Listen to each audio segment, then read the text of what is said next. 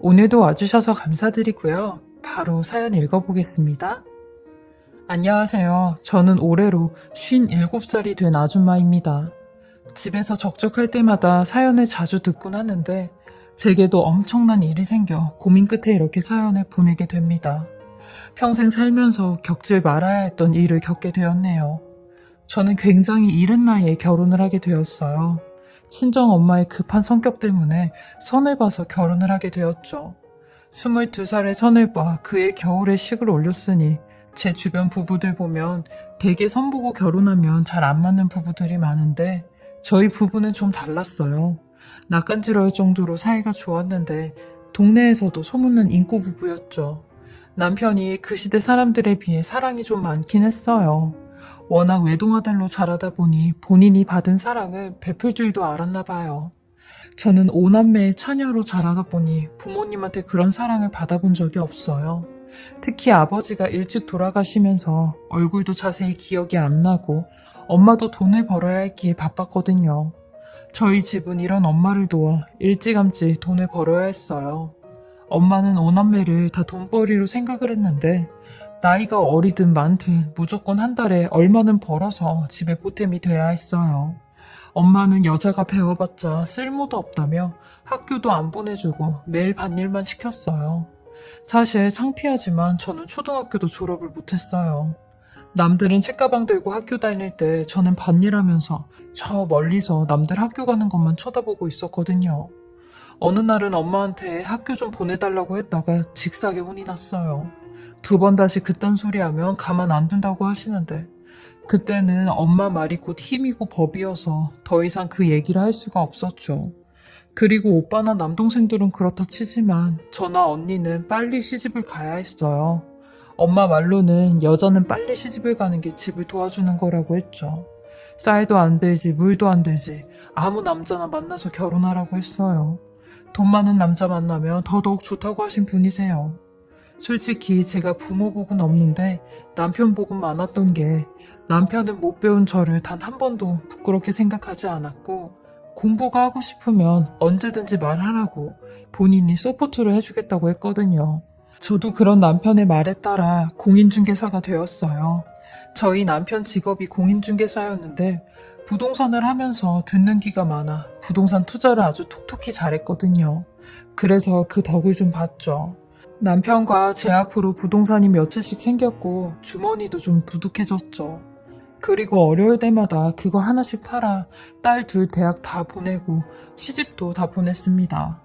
저는 재주 많은 남편 덕분에 힘들게 살았던 제 유년기 시절을 보상받는 듯 했고 애처가인 남편 덕분에 호강을 하면서 살았습니다. 시어머니는 이런 남편을 못마땅하게 생각했고 저를 미워하시며 하나밖에 없는 아들을 뺏겼다고 시집살이를 좀 시키셨는데 그것도 남편 덕분에 버틸 수 있었어요. 그렇게 남편과 65살이 되면 부동산 그만하고 죽을 때까지 놀자고 했는데 남편은 그 약속을 지키지 못한 채 5년 전 세상을 떠났어요. 교통사고였는데 저희 둘째 딸이 경찰에 처음 뽑아서 지 아빠한테 드라이브를 시켜주겠다고 한 날이었어요. 근데 고속도로에서 2.5톤 화물 트럭이 졸음운전을 하다가 남편과 딸이 타고 있던 차를 그대로 들이받은 겁니다. 그 사고로 저희 남편은 그 자리에서 세상을 떠났고 둘째 딸은 아주 심각한 중상을 입게 되었어요. 그 소식을 듣는데 정말 하늘이 무너진다는 그런 표현보다 더한 느낌이었죠. 남편을 잃은 것도 너무 힘든데 딸까지 사경을 헤매고 있다니 몸이 너무 떨려 걸을 수조차 없었어요. 그때가 제 인생 제일 견디기 힘든 때였죠. 병원에 도착해 남편의 얼굴을 확인해야 하는데 그것조차 하지 못하겠더라고요. 그 문을 들어가야 하는데 정말로 발이 안 떨어지더라고요. 제가 도저히 못 보겠다고 하니 저 대신 제 큰딸이 들어가 남편 얼굴을 확인했습니다. 그리고 목 놓아 우는데 그때 흘린 눈물이 한강은 채웠을 거예요. 소식을 들은 저희 시어머니는 병원에 오자마자 저를 붙잡으며 너 때문에 우리 아들이 저 세상을 간 거라며 우리 아들 살려내라고 하는데 시어머니 그 말이 더 견디기 힘들더라고요. 본인도 힘드시겠지만 저는 오죽하겠냐고요. 그 이후로 시어머니는 만나지도 않았어요. 근데 틈만 나면 저한테 연락을 해 네가 아주 불려오라며 우리 아들이 불려놓은 재산 네가 다 가로챘다고 했죠. 그리고 중환자실에 있었던 저희 둘째 딸도 보름 만에 남편의 곁으로 가게 되었습니다. 어떻게 이런 일이 있을 수가 있는지 그동안 행복하게 살았던 제게 질투라도 하듯 견딜 수 없는 벌을 받는 것 같았어요. 저는 딸과 남편이 간 후로 제정신이 아니었어요. 우울증까지 와서 몇 년 동안은 아예 집 밖에 나가질 않았어요. 지금은 몇 월 달인지 몇 년도인지도 모를 정도로 살았거든요. 집에 햇볕이 들어오는 것도 싫어 온 집을 암막 커튼으로 다 쳐놓고 불도 켜지 않고 살았어요. 저희 큰딸은 지 남편을 따라 중국에서 생활을 했기에 어쩌다가 한 번씩 오면 오열을 하곤 했죠. 그렇게 폐인같이 살던 어느 날 초인종 소리가 들리는 겁니다. 찾아올 사람이 한 명도 없는데 말이죠. 저는 속으로 한 번만 누르다 가겠지 생각하고 있는데 계속 배를 누르는 겁니다. 하도 시끄러워서 문을 열고 누구시냐고 하는데 세상에 문 밖에 저희 남편이 서 있는 겁니다. 그걸 보자마자 현관문 앞에서 바로 주저앉았어요. 무슨 꿈을 꾸는지 알았죠. 제가 주저앉으면서 여보라고 부르니 그 남자는 갸우뚱하게 절 쳐다보며 네? 네? 여보라고요? 하는 겁니다. 그러니 아이고 아주머니 저는 그쪽 남편이 아니라 여기 앞집에 이사 온 사람이에요. 인테리어를 하는데 소음 때문에 동의서 좀 받으러 왔습니다. 라고 하는데 알고 보니 앞집에 이사를 온 남자였죠. 근데 저희 남편과 정말 똑같았어요. 눈, 코, 입, 그리고 체형까지 이렇게 똑같을 수가 없었죠. 정말 남편이 살아 돌아왔다고 해도 모를 정도로 똑같았어요. 제가 넋을 놓고 남편 생각에 눈물을 흘리며 그 사람을 쳐다보니 그 사람도 절 이상하게 쳐다보며 왜 그러시냐고 하더라고요. 그래서 아저씨가 꼭 하늘나라에 간 우리 남편하고 똑같이 생겼어요. 라고 하니 그 사람도 고개를 끄덕이며 그랬냐고 하더라고요. 그렇게 저는 그 사람과 자주 교류를 했어요. 근데 그 사람도 아픈 사정이 있던 게 아들이 사고로 세상을 떠나면서 와이프랑 점점 사이가 멀어져 이혼을 하고 혼자 살려고 이사를 왔다고 하더라고요. 저도 그 사람에게 저는 남편이랑 딸을 한 번에 잃었다고 했어요. 그러니 그 사람이 제 얘기를 들으며 눈물을 흘리더라고요. 그 사람은 이름이 재진이었는데 저희 남편과 끝자가 똑같았어요. 저희 남편 이름은 창진이었거든요. 그 사람과 남편과 알게 모르게 비슷한 부분이 많아 정말 남편이 살아 돌아온 기분이었습니다. 그 사람도 제 남편 사진을 보곤 정말 화들짝 놀라더라고요. 본인이 봐도 너무 똑같으니 입을 다물질 못했죠. 근데 그 사람 정말 마음씨가 착했던 게 제가 몇 년 동안 우울증을 앓고 있으니 저를 세상 밖으로 꺼내주려고 부단히도 노력을 해주었던 사람이었어요. 처음 만난 사람인데 단지 제 남편을 닮았다는 이유로 제게 굉장한 호의를 베풀어 주더라고요. 그 모습에 저도 마음이 조금씩 열리기 시작했고 저는 그 사람과 만남을 갖게 되었습니다. 50대의 연애라니 주책 맞지만 그 사람을 만나는 시간 동안은 남편도 잊을 수 있고 행복하더라고요. 5년 동안 우울증으로 죽기 일보 직전까지 갔었는데 이 사람을 만나면서 그 마음이 다 치료가 되었어요. 중국에 사는 제 큰딸도 정말 다행이라고 하는데 딸은 지가 한국에 와서 엄마를 보살펴야 하는데 생계가 달렸으니 그러지도 못해 항상 마음에 짐이 있었대요. 근데 제가 이렇게 다시 밝아진 모습을 보곤 저한테 더 적극적으로 만남을 가져보라고 했죠. 그리고 사실 그 사람이 제게 이렇게 잘해주니 저도 잘해주고 싶었어요. 그래서 도움을 주긴 줬어요. 사업을 하는데 투자를 좀 해달라고 해서 그 목적으로 제가 투자를 좀 해줬죠. 그렇게 그 사람과 1년 정도 만날 때였어요. 중국에서 살던 딸이 한국에 들어와 지방으로 이사를 오게 되었는데 딸을 만나러 가는 날이었어요. 기차를 타러 가는데 딸한테 갖다 줄 중요한 서류를 두고 온 겁니다. 그래서 급하게 다시 집으로 들어가는데 아니 저 멀리서 저희 시어머니가 제가 사는 아파트 단지 쪽으로 들어가시더라고요. 남편 그렇게 된 후로 한 번도 저희 집에 오질 않았는데 웬일로 우리 집에 다 오셨지? 하는 마음에 시어머니를 쫓아 들어갔어요. 역시나 제가 사는 층에서 내리시더라고요. 그래서 저도 따라 올라갔죠. 근데 문 앞에 계셔야 할 시어머니가 안 계시는 겁니다. 내가 사람을 잘못 봤나 생각하던 찰나에 어디선가 시어머니 목소리가 들려오는 겁니다. 근데 바로 앞집 재진 씨네 집에서 들리는 겁니다.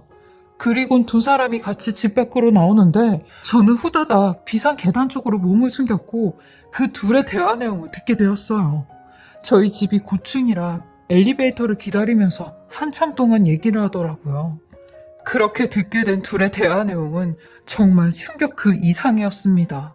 시어머니가 재진아, 얘는 오늘 확실히 나간 거지? 며칠 집에 없는 거지? 라고 하니 곧이어 재진 씨가 그렇다니까 엄마 라고 하는 겁니다. 엄마라니 이게 무슨 소린가 했어요. 왜 재진 씨가 제 시어머니한테 엄마라고 하는지 너무 벙쪘죠. 그러면서 엄마 며칠 동안은 우리 집에 좀 와서 밥도 해주고 반찬도 좀 해주고 그래. 엄마 아들이 몇십 년 동안 엄마 밥도 못 먹고 살았잖아. 내 쌍둥이 동생 저 세상 가고 이제 엄마한테는 남은 아들은 나밖에 없는 거야 라고 하니 그래 우리 창준이가 떠났으니 너 하나 남은 거지. 그러게 이놈아 몇십 년 전에 부모랑 연 끊고 혼자 산다고 모자에게 나가놓고 결국엔 엄마한테 다시 돌아올걸 왜 그렇게 속을 삭였어? 라고 하니 아니 내가 돌아왔나 엄마가 날 부른 거지. 아무튼 내가 우리 쌍둥이 동생 재산 저 불려한테 싹 다 가지고 올 테니까 엄마는 걱정을 하지 마. 내가 우리 엄마 제대로 호강시켜줘야지. 안 그래? 그래서 오늘도 내가 우리 엄마 이쁜 옷 하나 사주려고 백화점 데리고 가는 거 아니야? 큰아들이 잘 돌아온 줄 알아. 내가 엄마한테 못해준 효도 내 동생 덕으로 좀 해줄게. 어? 라며 엘리베이터를 타고 내려가는데 저는 또 한 번 그 자리에 주저앉고 말았네요. 남편한테 몇십 년 동안 연을 끊고 산 쌍둥이 형이 있었다니 처음 듣는 소리였습니다. 분명 남편은 외동 아들이라고 했는데 저렇게 망나니 쌍둥이 형이 있었다니. 그러니 저희 남편이랑 저 사기꾼 같은 인간이랑 닮을 수밖에 없었던 거였어요. 그것도 CM이라는 사람이 어떻게 이런 실수를 쓸 수가 있는지 정말 머리가 핑 돌 정도로 어디 한 대 얻어맞은 듯한 기분이었죠. 맘 같아선 이 인간 집에 쳐들어가 장롱이고 서랍이고 싹 다 뒤집어 엎어 증거를 찾고 싶었는데 혹여나 재판까지 갔을 때 저한테 불리하겠다는 생각이 들어 꾹꾹 참고 몇 시간이고 그 두 사람이 다시 돌아올 때까지 1층과 2층 사이 비상계단에 앉아 있었어요.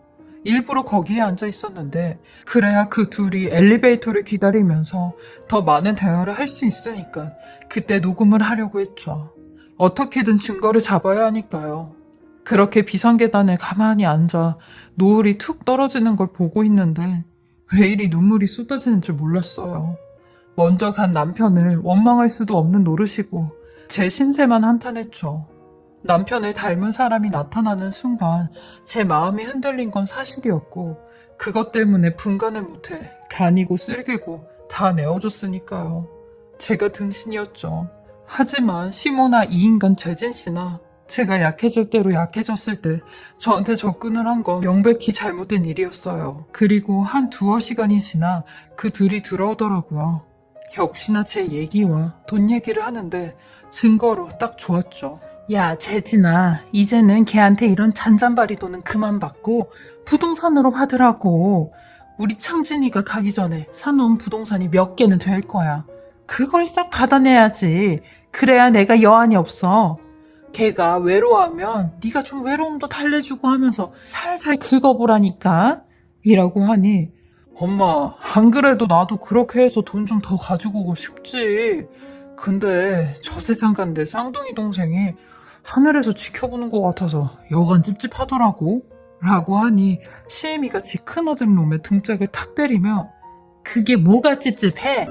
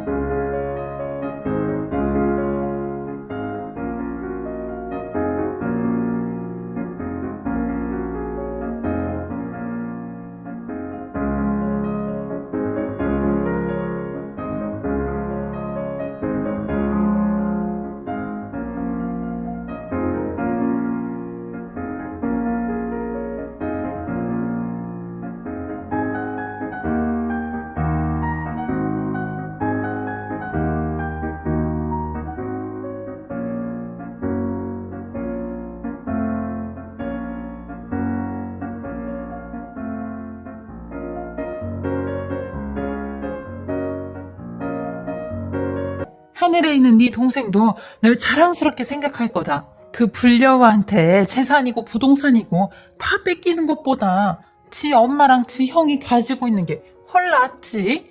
내가 아주 다 뺏어올 거야. 라고 하는데 일단 녹음을 다 해놓고 둘이 엘리베이터를 타기 전에 후다닥 비상계단으로 내려갔어요. 그리곤 귀청이 떨어질 정도로 소리를 질렀죠. 야, 이 사기꾼들아. 니네가 진짜 사람이니? 니들이 그러고도 창진 씨 부모고 형제야?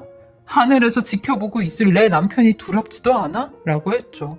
그러니 시무랑 남편 쌍둥이 기겁을 했고 눈이 휘둥그레져 저를 쳐다보는 겁니다. 나 니네 둘이 했던 말들 여기다 다 녹음해놨거든? 어떻게 나를 속이려고 해? 그것도 영 끊고 산 쌍둥이 큰아들을 이용해서? 당신들 내가 가만히 안 둘 거야.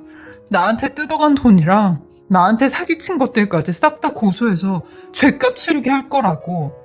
이 노인네야, 당신 나이 80 먹어서 거길 가서 한번 썩어봐 하며 경찰서 간다고 아파트 대문은 막 나가려고 했어요. 그러니 시모는 제 팔을 잡아당기며 제 핸드폰을 막 뺏으려고 하는 겁니다.